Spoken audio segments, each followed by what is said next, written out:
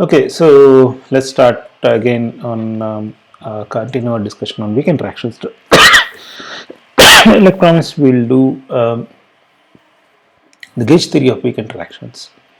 So the gauge group which we have seen was a larger group, which is SU2W times left-handed times U1Y, the hypercharge. So, but let's just start with some simple thing, which is SU2.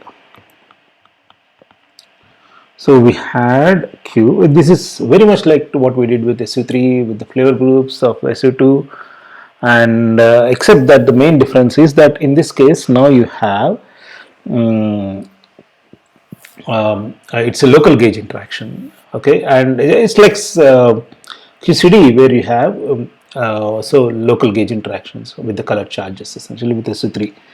Okay, so with SU2, let's start. We define, we start trying to do a gauge theory, and then we'll extend it to SU2 cross U1. So with SU2, we have let's take one generation. So just take one generation of say leptons. One generation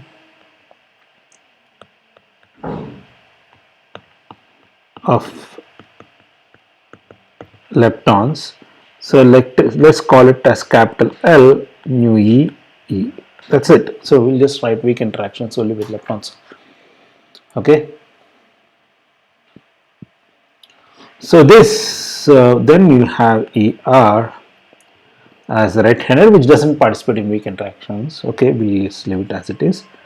So the L, so I taken together, I would write it as we have seen how to write L is equal to I L bar del slash. Okay, so I del slash. Now let me, okay, now if I put a mass term here, let's just wait for the mass term here, then it creates a problem because as we sign that neutron and electron should be degenerate for this mass term to exist. Okay, so let's just assume that there is no mass term for the present. I del slash minus m, m is not there, so minus,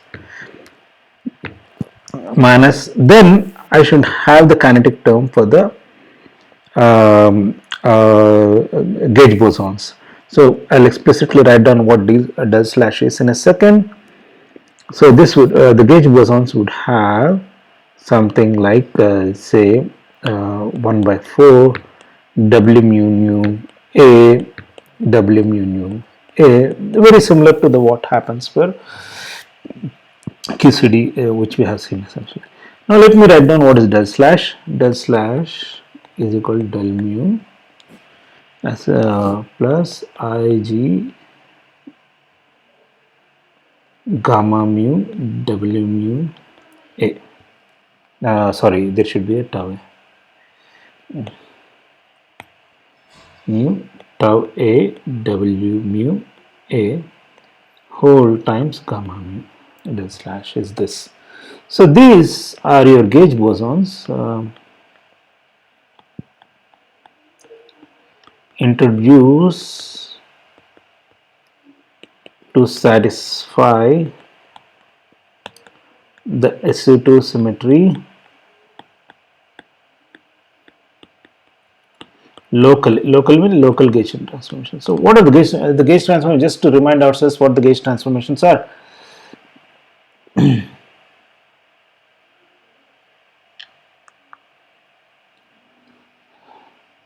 So just to remind ourselves what these gauge transformations are, the gauge transformations U for SU2 are is a unitary transformation E power I theta dot tau A by 2, where essentially tau A are your sigma matrices, the what do you call it, Pauli matrices.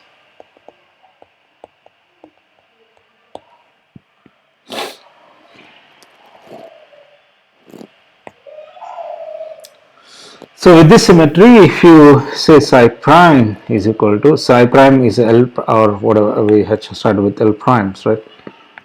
L prime is equal to e power I theta a of x times tau a by 2 L, where x is local gauge invariance, local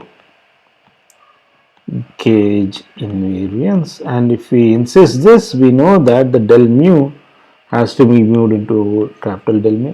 I am repeating all these things which we have done it for QCD and also for other things for QD, and but because it's a SU2 symmetry, you need how many gauge bosons? You need how many generators would be there? SU2 has 3 generators because these are the 3 Pauli matrices.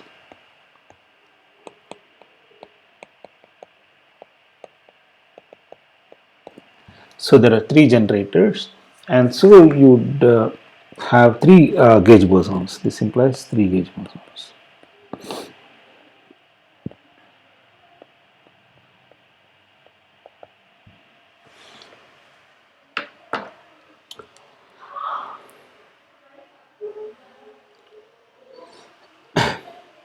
So with this, I can write the most general gauge invariant Lagrangian. So the most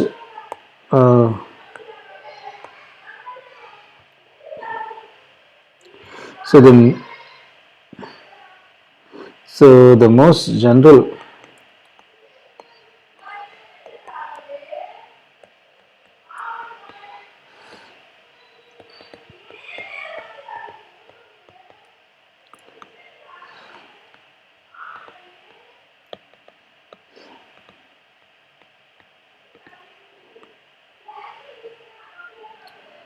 as an SU2, I am just taking SU2 now, so would be L bar I del slash L. I skip the mass term because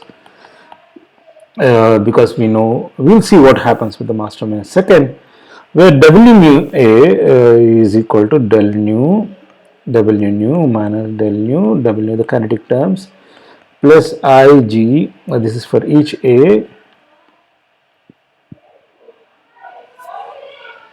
FABC, WB mu, W nu, B and C.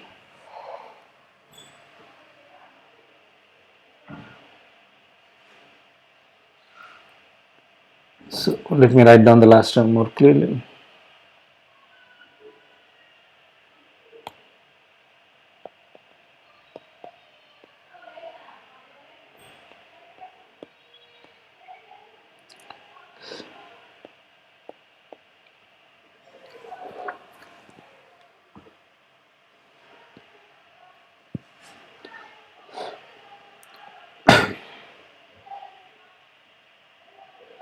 Now at this point, this gauge theory has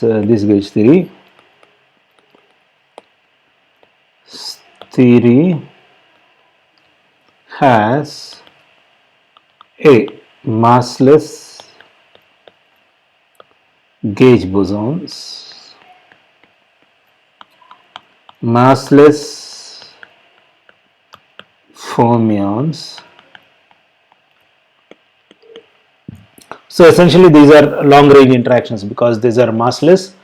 So these gauge bosons have long range interactions, which is completely contrary to what we need. We need a thing which has concrete massive gauge interactions because because these gauge bosons should be massive and the interaction should be contact, because they should be at least very short distance. Massless gauge bosons, massless fermions, no electromagnetic interactions.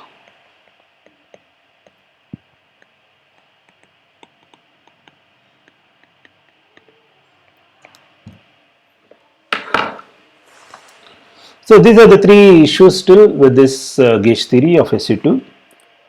Okay, this is a gauge theory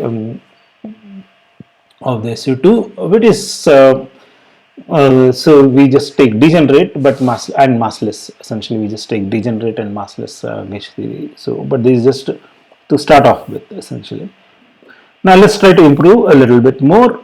We'll then just add one more gauge theory on the top of this theory. So we'll start with the last point. So we'll start with adding electromagnetic interactions in the terms of, like for example, by using hypercharges.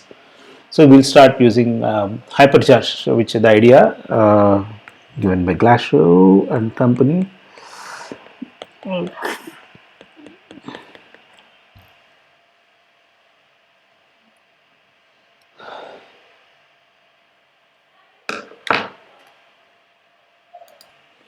So in this case, we will know there will be two gauge coupling constants.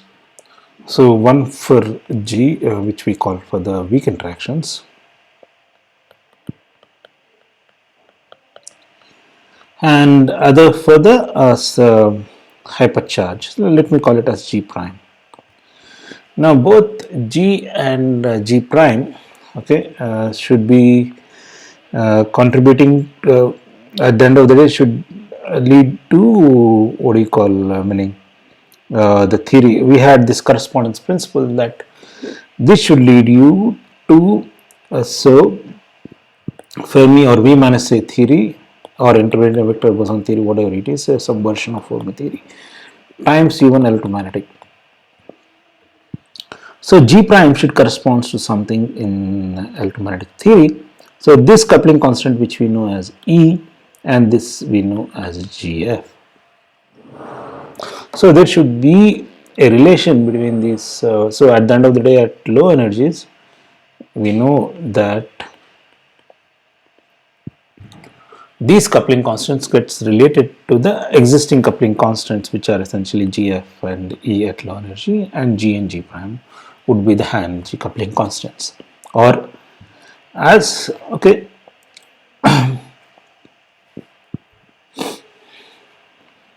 or if you want the other words is, because we know we are dealing with massless fermions and massless gauge bosons, this is true in the unbroken case, unbroken theory, okay, whereas this is a broken theory, a broken symmetry theory, okay, it's symmetry. So when the symmetry is unbroken, here the symmetry is unbroken.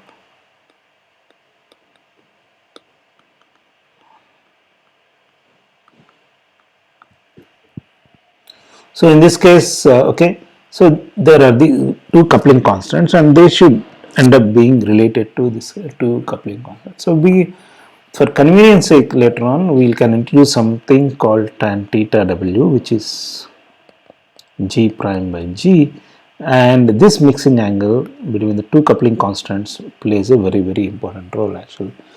Okay, this coupling constants, the ratio of these two coupling constants G prime by G would play a very important role in fixing the phenomenology and everything. So anyway, let's continue trying to build this theory.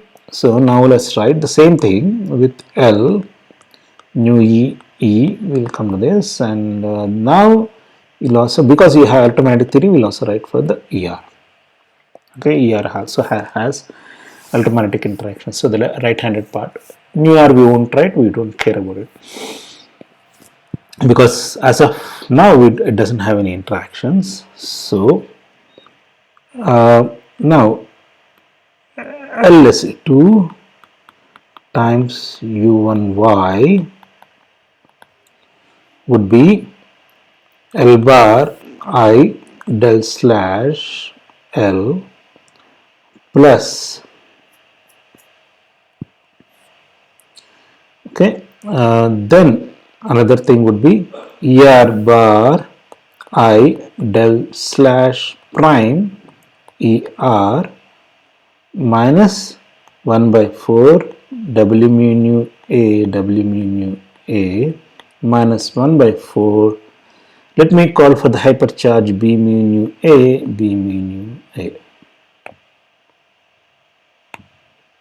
I'll explain this. B mu nu. Okay, that's it. It doesn't have any more. So what is this theory we have? The gauge theory is essentially SU2 left-handed times u1y, and u1y is true for all the left-handed as well as for the right-handed fields, because at the end of the day u1y is an electromagnetic theory, roughly an electromagnetic theory, but with different charges, okay, which is, but with coupling constants also slightly different. So it's a u1 theory, so this will be true for both this would be true for both uh,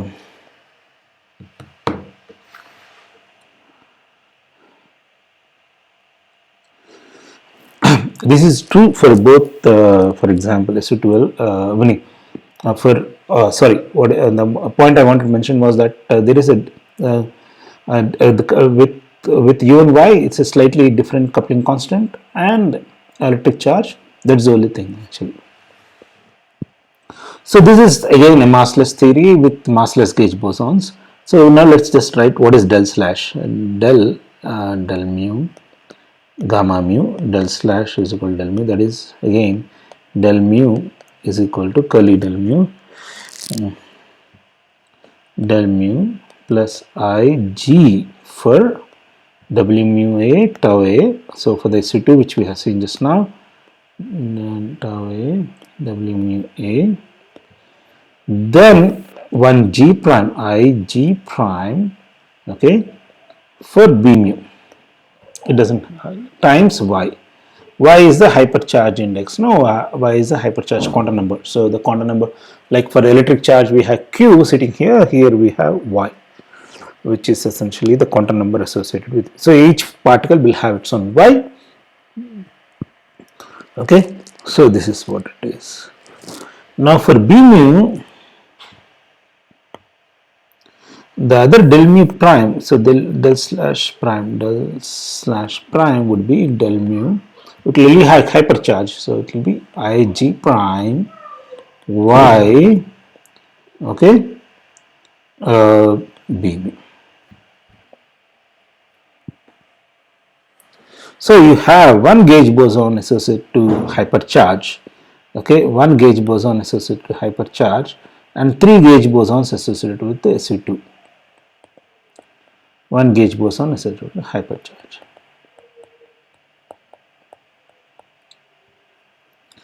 So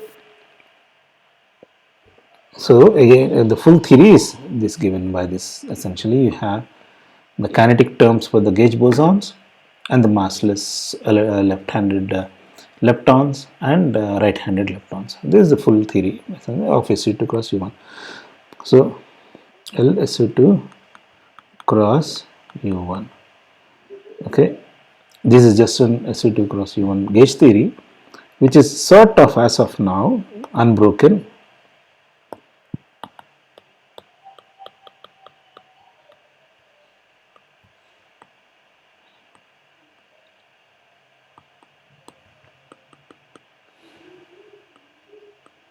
We used prime minus the kinetic terms, that's it. It's a simple theory as of now.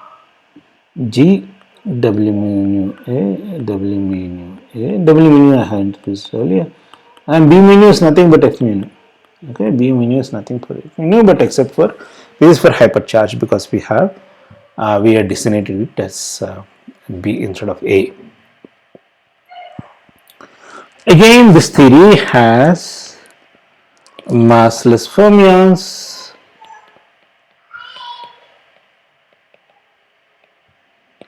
massless gauge bosons. Now, but you can say that there is an effective theory which brings back which connects it to the full theory. Now, how do I connect this? So I just write explicitly a breaking term. Let me just try to write it down by breaking term SU2 cross U1 plus L break What is L break? L break essentially would mean the breaking terms of the symmetry. So the L break would contain mass terms for W bosons. So MW square, W mu square, W mu. Okay, and for the fermions, Me, okay, El, E bar E, and because we need a massless photon, okay, so how do I get this massless photon? That's an important thing essentially. So let me just assume that this is there is no mass term for this B term, B thing. Okay, so this is the breaking terms. This add it explicitly.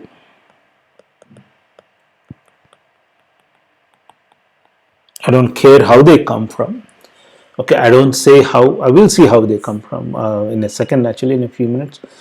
But let me just say that I don't know how they come from, but let me just add these terms which break these things. So now if you add breaking terms for this kind of theory, say for this is an this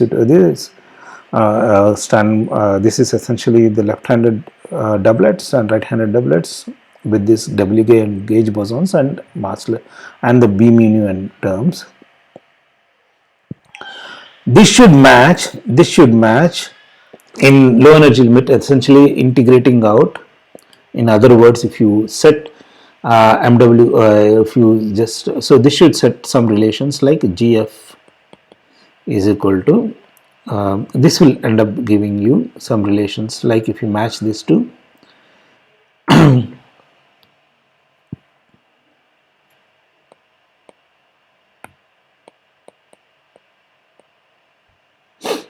So how did you get this? Now if you look at neutron scattering, say for example, or some scattering event,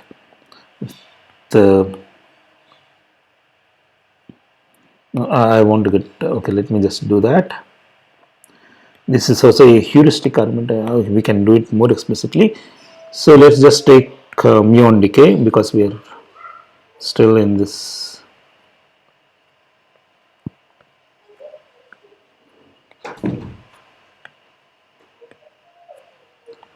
So this coupling constant I have G, and the mass of this propagator is MW square. So it's a heavy gauge boson essentially. So if you look at the amplitude of this amplitude in the limit where the exchange of this force will just becomes this. Meaning it just becomes a point object essentially when the Q square becomes much smaller than MW square, the exchange force. So this is nothing but your GF. Okay, this is nothing but your GF. So with this we can identify GF to be G square by MW square with some pi factors, essentially with some pi factors and everything. So this gives you sort of the correct dimensions. Okay, so it gives you sort of the correct dimensions, and let me just put in, because there will be some pi factors here and maybe square root of 2 and everything. So this will be some sort of the relation you will get actually. Now this is a charged boson exchange. Now let's look at W's. W's have, there are 3 W's. Okay, there are 3 W's, right? W1, W2, W3 corresponding to the 3 of them. So if you have, what would be the 3 exchanges? Let's look at a little bit more.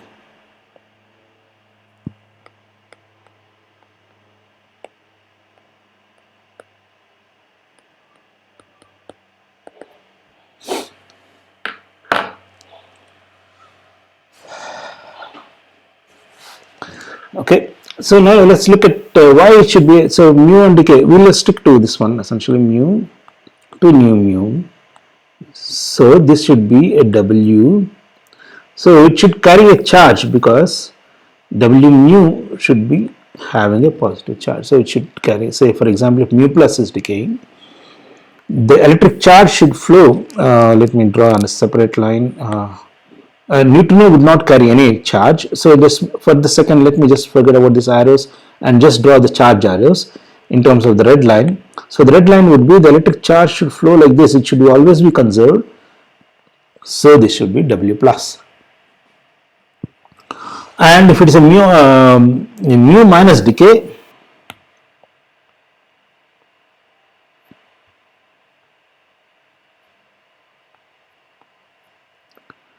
minus W, this will be a W minus. So the charge flow would be like this for the same mu. Okay, so now if you look at this W plus W minus this thing, what are their electric charges? That's the point. This sort of fixes the electric charges of this W plus and W minus. So whether they should be W1, W2, W3, because W1, W2, W tau A, W mu A would give me what? W1, sorry,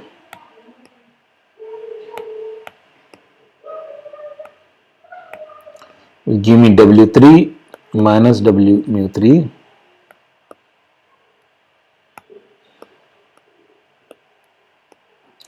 W mu 1 plus I W mu 1, okay, W mu 1 minus I W, sorry, this is minus, this should be plus I W mu 2. So you can form actually a vector theory, a vector particle, complex vector particle, okay, complex vector particle with a specific electric charge, and this is the one which actually interacts with the theory in the theory, because this is under isolated spin a triplet, and the coupling comes as Ig tau A. So if you remember, the coupling comes as del slash, if you look at the del slash, the coupling comes as Ig tau A. Okay, if you look at the Feynman diagram, the coupling comes as, say for example,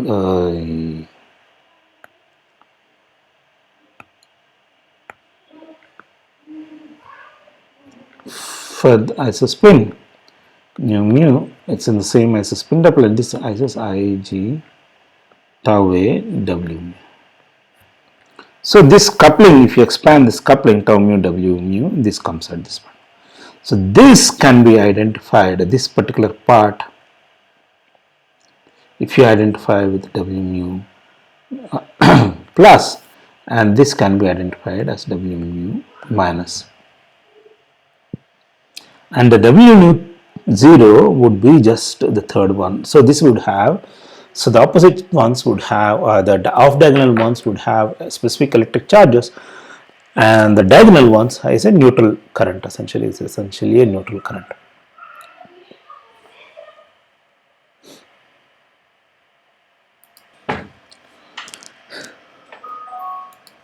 So we see that in addition to the W plus and W minus, which we have given it as the diagonal off diagonal elements, W plus identified as the off diagonal elements, we will have a neutral W interaction also. There's a neutral W interaction also.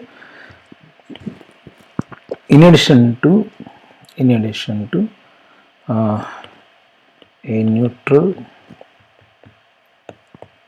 W0 interaction.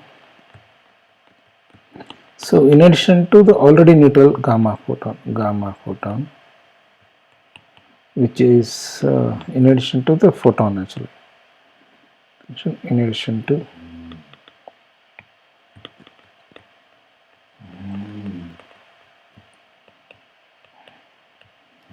so in addition to the photon, you also have a neutral W particle. Only thing is the difference which is massive. So you have a massive neutral current which is a prediction of this sp2 cross u1 theory.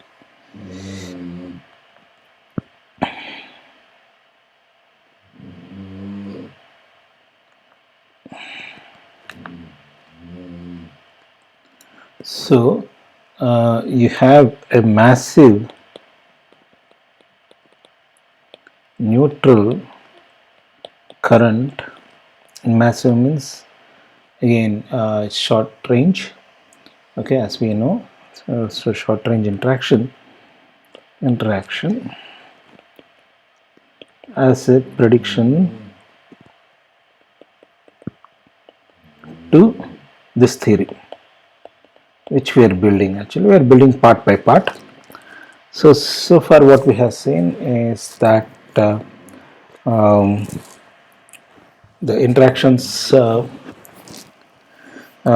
so if we add it explicitly we can make a different show that this is this case, but we still don't have a mechanism to add this how to add this symmetry breaking terms.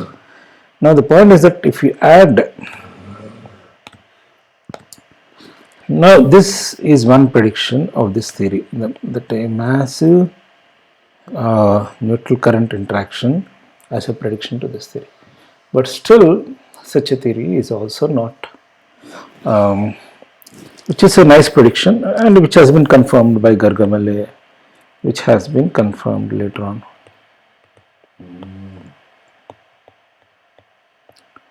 Confirmed later on, no, as we know that there are neutral currents which have been discovered in, so especially for neutrinos, so you'll have not just the charge current interaction, you will also have a neutral current interaction. So you expect to see some neutral current events with this thing.